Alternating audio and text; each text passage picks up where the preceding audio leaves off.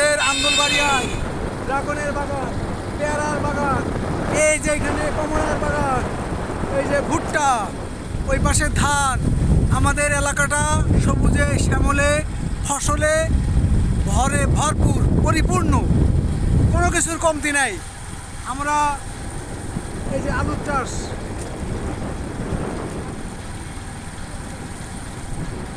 তারপরে ওই যে কলা, মানে কি নেই আমাদের আন্দুলবাড়িয়ায়, কি নেই? এই যে খেজুর গাছ, খেজুর, এই যে খেজুর গাছ, এই যে খেজুর গাছ, হ্যাঁ, এটা ড্রাগন বাগান।